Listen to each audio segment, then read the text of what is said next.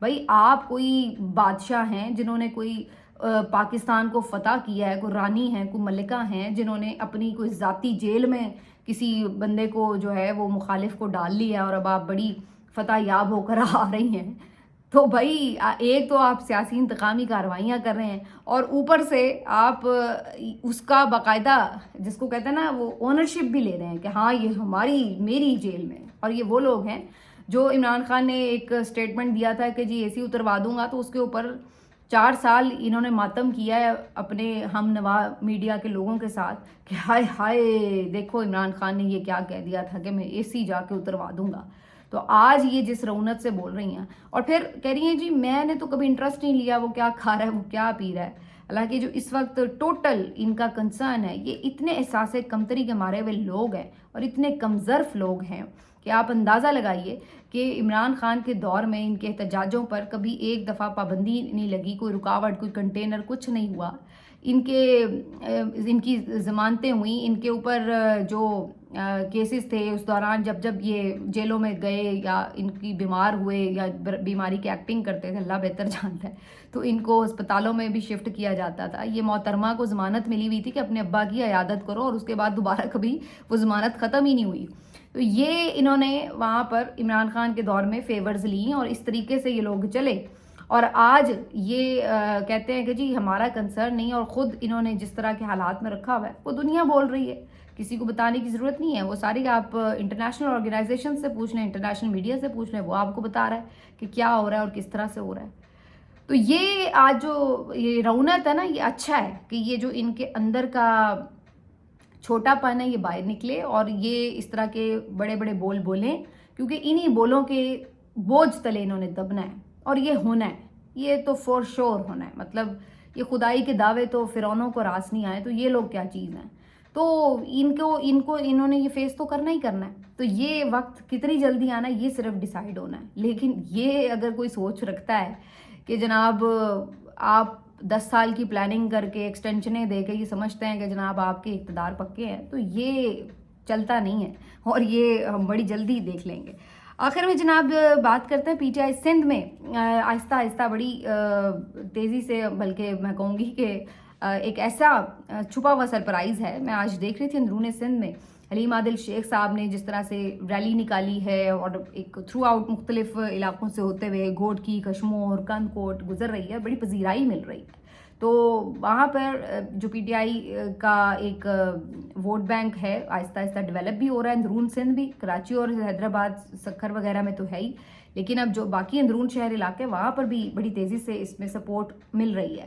تو جیسے میں ہمیشہ کہتی ہوں کہ اگر خان صاحب کی رہائی کے بعد یہاں پر کچھ ہوتا ہے اس کے اوپر ایک پلان کے تحت جا کر وہاں پہ جلسے جلوس کی جاتے ہیں تو بڑی یہاں پر سکوپ ہے اور یہ ٹھیک ٹھاک خطرے کی گھنٹیاں ہیں پیپلز پارٹی کے لیے بھی. خطرے کی گھنٹی مولانا فضل الرحمان صاحب نے بھی بجائی ہے جی. کے پی اور بلوچستان کے حالات پر مولانا فضل الرحمان صاحب نے آج خوفناک باتیں کی ہیں اور یہ باتیں حقائق کے قریب تر ہیں، اس لیے ان کو بڑا سیریس لینا چاہیے. ہمارا مسئلہ یہ ہے کہ ہم جب کوئی خوفناک بات کرتا ہے، کوئی انٹیمیشن دے رہا ہوتا ہے، کوئی خطرے کی نشاندہی کر رہا ہوتا ہے تو ہم الٹا اس کو برا بھلا یا تو کہتے ہیں اور یا پھر ہم اس کی آواز بند کر دیتے ہیں کہ یہ دوسروں کو بتا نہ دے کہ خطرہ آ رہا ہے. اب اس سے ہوتا کیا ہے؟ ہوتا یہ نہیں ہے کہ خطرہ ٹل جاتا ہے، ہوتا یہ ہے کہ آپ اپنی آنکھیں کان ناک بند کر کے اپنے آپ کو اس خطرے کے لیے تیار نہیں کرتے، بلکہ اس خطرے کو اپنے اور قریب کر لیتے ہیں، اس کو اور سیویئر کر لیتے ہیں اور یہی صورتحال ہے. مولانا آج کہتے ہیں کہ اگر بلوچستان کے 5-6 اضلاع آج یہ ڈیسائیڈ کر لیں کہ انہوں نے علیحدہ ہونا ہے تو اقوام متحدہ اگلے دن انہیں علیحدہ کر دے گا، اور وہاں بھی یہ سچویشن ہے. تو وہ بالکل آپ کے ایک ورج پہ ہے سچویشن، ٹھیک ہے نا. اسی طرح کے پی میں کچھ علاقوں میں اسی طرح کی سچویشن ہے کہ بالکل وہاں پہ حکومتی رٹ نہیں ہے، وہاں کے لوگ آپ کے ساتھ نہیں ہیں دل سے. اور بجائے اس کے کہ ریاست کو ان چیزوں کی فکر ہو کہ آپ نے کیسے ان مسائل کو حل کرنا ہے، کیسے ایک یونٹی دوبارہ جوڑنی ہے، بنانی ہے، اور کس طریقے سے لوگوں کے جو اصل ایشوز ہیں وہاں کے لوگوں کے کیوں وہ اتنا ناراض ہیں ان کو ایڈریس کرنا ہے. الٹا ہم کیا کرتے ہیں کہ جب مولانا فضل الرحمان صاحب اس اہم ایشو پہ بات کر رہے ہیں تو ہم ان کی آواز میوٹ کر دیتے ہیں اور پھر اس کے بعد ٹوٹل ان کی تقریر کو بند کر دیتے ہیں. یہ وہ حال ہے کہ یہ میں یا آپ یا ہم جیسا کوئی عام بندہ نہیں بات کر رہا، یہ آپ کا عوامی نمائندہ ہے جو بات کر رہا ہے، اور آپ عوامی نمائندے کی آواز بھی سینسر کر دیتے ہیں. یہ آپ کا سرکاری ٹی وی ہے، کیونکہ جو بات پسند نہیں ہے وہ بند ہو جائے گی، چاہے وہ کوئی بھی کہہ رہا ہو. تو یہ ہے. تو کیا اس سے خطرہ ٹل جاتا ہے؟ اس سے خطرہ نہیں ٹلتا، لیکن اس سے یہ ضرور ہوتا ہے کہ آپ اپنے لیے مزید خطرات کو تیزی سے بڑھا لیتے ہیں، اور اس سے نمٹنے کی پھر آپ تیاری بھی نہیں کرتے. کیونکہ جب آپ ایک حقیقت کو مان ہی نہیں رہے کہ یہ خطرہ نظر آ رہا ہے، تو پھر آپ اس خطرے کے خدا نخواستہ آپ کو وہ پھر فیس ہی کرنا پڑے گا نا، پھر وہ آپ کے اوپر حاوی ہو جائے گا. اگر آپ کو دور سے نظر آ رہا ہے کہ ایک طوفان آ رہا ہے تو آپ نے اس کے لیے بندوبست کرنا ہے.